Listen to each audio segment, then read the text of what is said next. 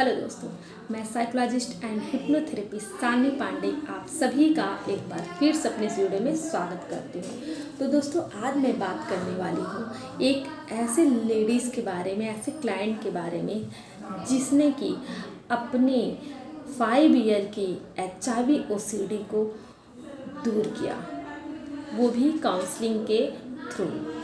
और सबसे बड़ी खासियत ये है दोस्तों कि वह लेडीज़ जो है बहुत ही डेडिकेटेड थी। जो भी उनको बताया गया, टेक्निक बताया गया, रिलैक्सेशन एक्सरसाइज बताया गया, योगा बताया गया, काउंसलिंग के थ्रू जो उनको टेक्निक सिखाई गई, उन्होंने उसका बखूबी पालन किया और जिसके कारण कि वह फिर अपने OCD से बाहर आ गई। दोस्तों, मेडिसिन हो या फिर कोई ट्रीटमेंट हो, लेते तो सभी हैं, लेकिन जो उसको अच्छे से फॉलो करता है वही उस चीज़ से बाहर निकल पाता है। तो डॉक्टर हो या कोई काउंसलर हो, साइकोलॉजिस्ट हो, सब अपना काम करते हैं, लेकिन उसमें सबसे बड़ा रोल होता है क्लाइंट का, पेशेंट का, कि वो कितना अपना आउटपुट दे रहे हैं। जैसे कि अगर कोई एक डॉक्टर है जो कि मेडिसिन दे रहा है, अगर वह पेशेंट मेडिसिन को टाइम पर नहीं लेगा तो क्या वो ठीक हो पाएगा? वह नहीं हो पाएगा। वैसे ही काउंसलिंग भी है, इसमें जो भी टेक्निक्स बताई जाती हैं, जो भी एक्सरसाइज बताया जाता है, जो भी एक्सपोजर सिखाया जाता है, अगर उसको व्यक्ति अच्छे से नहीं फॉलो करेगा तो क्या वो बाहर आ पाएगा? जी नहीं आ पाएगा। तो यहाँ पर सबसे बड़ी खासियत होती है क्लाइंट की कि वह कितने अच्छे से सारी चीज़ों को कर रहा है, जो भी उसको बताया गया है वह कितने अच्छे से कर रहा है। तो दोस्तों, जो ये लेडीज़ हैं, इनको 5 ईयर से HIV OCD था। जब इनका केस हिस्ट्री मैंने लिया तो पता चला कि एक बार ये हॉस्पिटल में एडमिट थी, तो इनको उस बहुत ही ज़्यादा प्रॉब्लम थी और इनको इंजेक्शन वगैरह भी लगता था। और जब इंजेक्शन लगता था तो इन्होंने कहीं से सुन रखा था कि ब्लड के थ्रू HIV हो जाता है।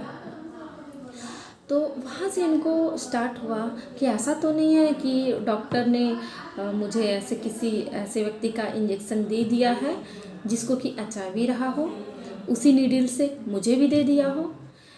तो दोस्तों, यहाँ पर उनकी जो प्रॉब्लम है वह बढ़ने लगी। यहाँ से ही धीरे धीरे उनको स्टार्ट हुआ, बेचैनी होने लगी, घबराहट होने लगा और धीरे धीरे उनको ये थॉट्स फिर बढ़ने लगे। तो ये क्या बोली, अपनी फैमिली से बोल के उन्होंने HIV का टेस्ट कराया, लेकिन वह टेस्ट जो है वो निगेटिव आया। अब ये टेस्ट निगेटिव आने के बाद भी उनको सेटिस्फेक्शन नहीं हुआ। उनको लगा कि नहीं, शायद ये रिपोर्ट गलत दे रहे हैं, तो वह दूसरे जगह गए। दोस्तों, 1 महीने के अंदर इन्होंने लगभग 15 टेस्ट करा डाले, लेकिन जो रिज़ल्ट है, जब जिसको जो है ही नहीं तो आएगा कहाँ से?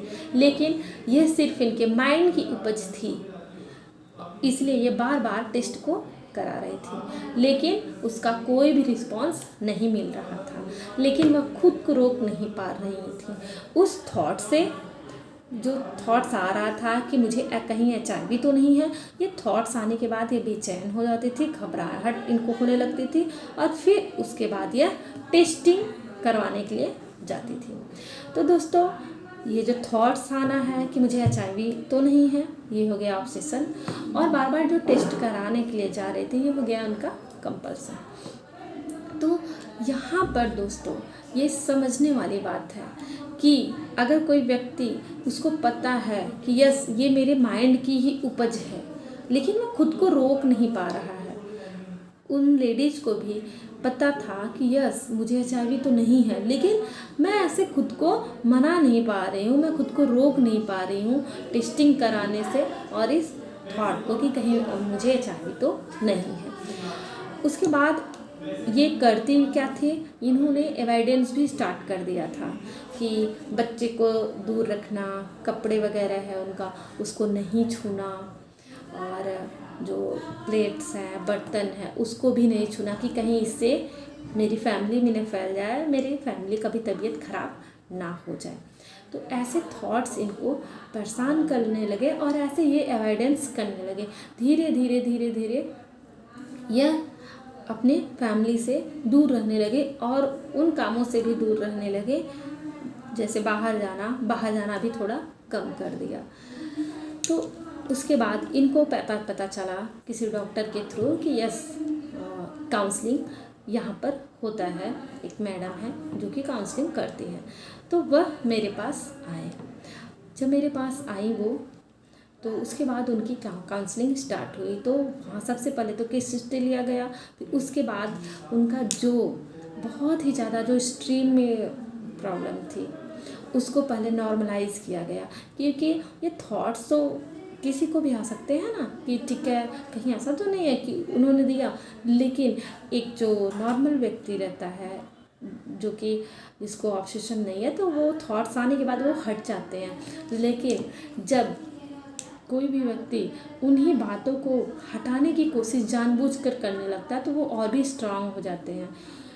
हमारे माइंड को लगता है कि ये बात सही है, तभी वो उसको उन बातों को हटाने की कोशिश कर रहा है या फिर उस पर एक्शन ले रहा है। जब उनके माइंड में ये थॉट आया कि कहीं मुझे HIV तो नहीं है, उसके बाद उन्होंने टेस्टिंग कराना स्टार्ट कर दिया। तो वहाँ माइंड पे सिग्नल गया कि यस, लग रहा है कि ये बात सही है, शायद है HIV, तभी तो टेस्ट कराया जा रहा है। तो यहाँ से ये बातें और भी स्ट्रॉन्ग होने लगी।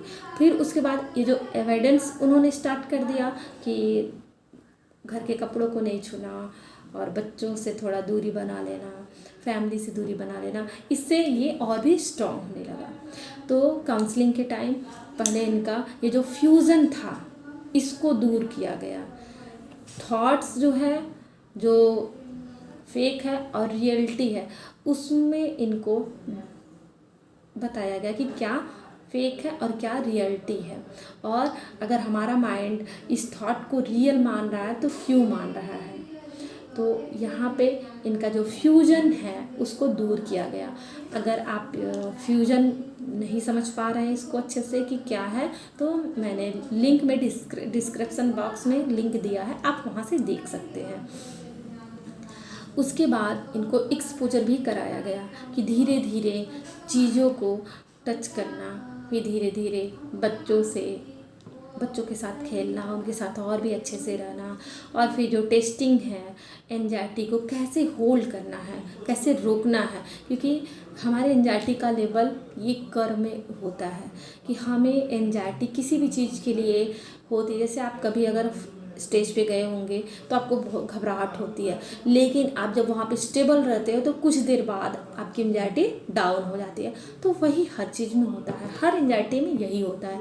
आपको जिस भी चीज़ से डर लग रहा है, एंजाइटी हो रही है, उस स्टेट में भी अगर आप बने हुए हैं और ख़ुद को रिलैक्स बोल रहे हैं, डीप ब्रीदिंग कर रहे हैं, तो धीरे धीरे आपकी एंजाइटी फिर नीचे की तरफ आने लगती है।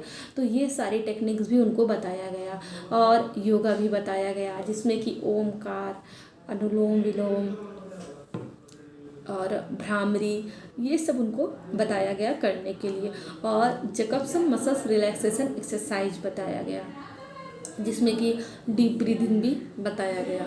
इन सारी चीज़ों को करके उन्होंने बहुत ही अच्छे से फॉलो किया उन सारी चीज़ों की, और आज वह बहुत ही अच्छे से अपने लाइफ को एंजॉय कर रहे हैं।